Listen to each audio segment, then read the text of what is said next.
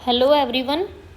आज मैं घटना चक्र के बारे में बताऊंगी कि घटना चक्र को 5 दिन में कैसे कंप्लीट करें। अगर हम बीपीएससी प्रीलिम्स की बात करें, अगर हम बीपीएससी प्रीलिम्स की तैयारी कर रहे हैं तो घटना चक्र एक महत्वपूर्ण बुक हो जाती है। ठीक है, तो इसको हमें कंप्लीट करना ही है अगर हम प्रीलिम्स क्वालिफाई करना चाहते हैं तो। क्योंकि मैं क्यों कह रही हूँ, क्योंकि अगर हमने कितने भी स्टैंडर्ड्स बुक पढ़ ली हो, एनसीईआरटी पढ़ ली हो, कितना भी कुछ पढ़ लिया हो, लेकिन जो क्वेश्चन के फॉर्मेट में, जब हम उस चीज़ को क्वेश्चन के फॉर्मेट में पढ़ते हैं और वो भी उस तरीके से जो कि बिहार के सारे एग्ज़ाम्स में पूछे गए हैं, तो उन क्वेश्चंस को जब हम करते हैं तो हमें एक आइडिया लगता है कि कैसे क्वेश्चंस पूछे जाएंगे। तो उसके लिए और साथ के साथ हम जो इन्फॉर्मेशन है उसको लर्न भी कर पाते हैं। क्वेश्चन के फॉर्म में जब हम करते हैं तो हमें एक तो क्वेश्चन करने की प्रैक्टिस आ जाती है, दूसरा हमें क्वेश्चन लर्न होने लगती है, इन्फॉर्मेशन को हम ग्रैब कर पाते हैं, लर्न कर पाते हैं। जैसा कि हम किसी भी स्टैंडर्ड बुक्स को ले लें या एनसीईआरटी, वो भी पढ़ना ज़रूरी है हमारी बेसिक अंडरस्टैंडिंग के लिए।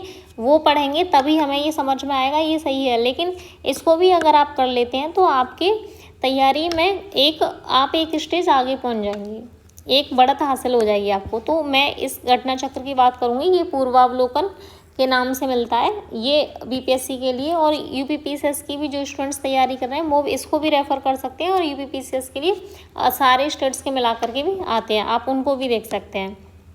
तो आज मैं किसकी बात करूँगी कि इसको हम 5 दिन में कैसे कंप्लीट करें, इसमें मैं आपको ये बताऊंगी। तो उससे पहले मैं आपको बता दे रही हूँ कि यहाँ पे देखिए ये 68 तक इसमें गिवन है, दिया हुआ है। अगर आपको अभी लेटेस्ट मिलेगा तो लेटेस्ट ले लेना। यहाँ पे 1999 से लेकर के 2023 तक देखिए आप, यहाँ पे 2023 तक इसमें क्वेश्चन दिए हुए हैं।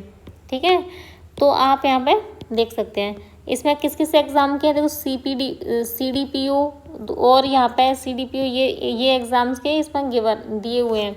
अब मैं बात करूँगी कि कैसे इसको मैं 5 दिन में कर सकती हूँ। आपको लग रहा होगा कि 5 दिन में कैसे कर लेंगे, इसमें कितने कुछ पेजेस दिए, 504 यानी 504 पेज इसमें हमको दिए हुए हैं।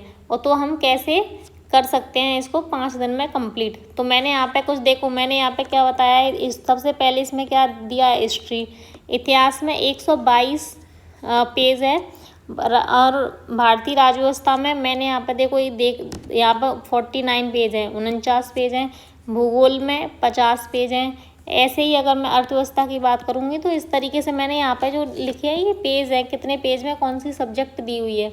तो सबसे पहले हम टारगेट करेंगे उन सब्जेक्ट्स को जिसमें सबसे ज़्यादा क्वेश्चंस पूछे जाते हैं। तो इतिहास में अगर मैं बिहार पीसीएस की बात करती हूँ तो इतिहास में 30 के लगभग क्वेश्चंस पूछे जाते हैं, है ना। तो 25-30 क्वेश्चन, 30 के आसपास क्वेश्चन पूछे जाते हैं। तो ये तो हमारा इम्पोर्टेंट सेगमेंट है, तो हमको फर्स्ट प्रायोरिटी इसको देनी ही पड़ेगी। तो हम सबसे पहले इसमें देखो सबसे ज़्यादा पेज इसी में है, सबसे पहले इतिहास को कंप्लीट करेंगे। तो एक बड़ा सेगमेंट और एक इम्पॉर्टेंट सेगमेंट हमने कंप्लीट कर लिया है, ठीक है, इतिहास करके। फिर हम करेंगे राज्यव्यवस्था, इसमें देखो 49 पेजेस है। राज्यव्यवस्था की बात करूँ मैं तो इसमें 10 to 12 ऐसे 10 के आसपास क्वेश्चंस वेटेज है पूछे जाते हैं। मैं इसका एनालिसिस भी आपको बता दूंगी कि किसका कितना वेटेज है। तो यहाँ पे 10 to 12 क्वेश्चन का वेटेज है, तो हम इसको भी कर सकते हैं क्योंकि 49 पेज है, जल्दी हो जाएगा और हमारा दूसरा सेगमेंट भी कंप्लीट हो जाएगा। अगर मैं थर्ड सेगमेंट की बात करती हूँ तो यहाँ पे आप देख सकते हैं कि सामान्य भूगोल, ये जो भूगोल यानी जो भूगोल की बात कर रही हूँ, जियोग्राफी की, इसमें भी देखो 50 पेज हैं। इसमें 10 to 15 क्वेश्चन बनते हैं, यानी 30 बन सकते हैं, 14, 10 से 15 मार्जिन लेके चलो कि इसके अंडर में बन जाएंगे, इतने क्वेश्चन आते हैं। तो अब मैं बात करूँगी हाँ सामान्य विज्ञान की। ये सेगमेंट आप कर लो। देखो ये वाला, ये अर्थव्यवस्था वाला मैं आपको कहूँगी कि आप थोड़ा बाद में कर लेना, क्योंकि वैसे सबसे इम्पोर्टेंट तो भारतीय इतिहास कर लो पहला सेगमेंट। दूसरा सेगमेंट आपको सामान्य विज्ञान कर सकते हो। सामान्य विज्ञान में भी 25-30 के आसपास, 30 के आसपास क्वेश्चंस पूछे जाते हैं, तो ये भी बहुत इंपॉर्टेंट है। फर्स्ट हमारा ये था, सेकंड हमारा ये, साथ में हम भूगोल और अर्थव्यवस्था भी, राज्यव्यवस्था यानी पॉलिटी और इस जियोग्राफी भी कर सकते हैं, ठीक है। थर्ड सेगमेंट हमारा इम्पोर्टेंट आता है, ये बिहार राज्य का ये देखिए बिहार का, यानी इससे भी बिहार स्पेशल से भी 30 क्वेश्चन के आसपास, 25-30 के आसपास क्वेश्चंस बनते हैं। तो आप ये भी कर सकते हैं।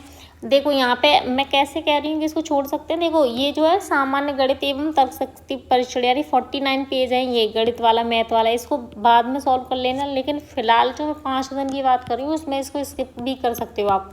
अगर आपको मैथ रीजनिंग आता है 10 क्वेश्चन आप ऐसे ही कर लोगे तो ये इसकी ज़रूरत नहीं है, आप कर ही लोगे। और ये क्या है, ये वाला पोर्शन जिसको हम, इसमें लगभग 59 पेज यानी 60 पेज के आसपास इसमें है करंट अफेयर में। तो करंट अफेयर भी आपको आप स्किप कर सकते हैं। तो ये आपको नहीं पढ़ना, ये आपको नहीं पढ़ना। तो कितने पेज मैंने माइनस कर दिए, इसको अगर मैं ऐड करती हूँ, ये वाला विविध वाला भी आप चाहो तो छोड़ देना, देख लेना थोड़ा सा कि किस तरह के क्वेश्चन आते हैं, वैसे स्किप कर सकते हो। तो आपको क्या हो गया, 125 पेजेस आपने डिडक्ट कर दिए, माइनस कर दिए। कितने में से, 540 में से। यहाँ मैंने लिखा है यहाँ पे 540 में, यानी 504 में से 125 पेज माइनस कर दोगे आप तो 380 पेज। 380 पेजों को आप 5 दिन में नहीं कर पाओगे क्या? 380 पेज को आप 5 दिन में कर पाओगे कि नहीं? तो आराम से हो जाएगा। एक दिन में 100 पेज का टारगेट बनाओगे तो ये 4 दिन से पहले ही ख़त्म हो जाएगा। फिर भी आप इसको देख लीजिए, आराम से हो जाएगा, आराम से इसको, ठीक है।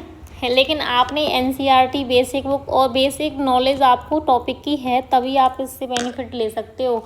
ऐसा नहीं है कि डायरेक्ट इसमें, तो फिर आपको समझने में भी दिक्कत हो जाएगी।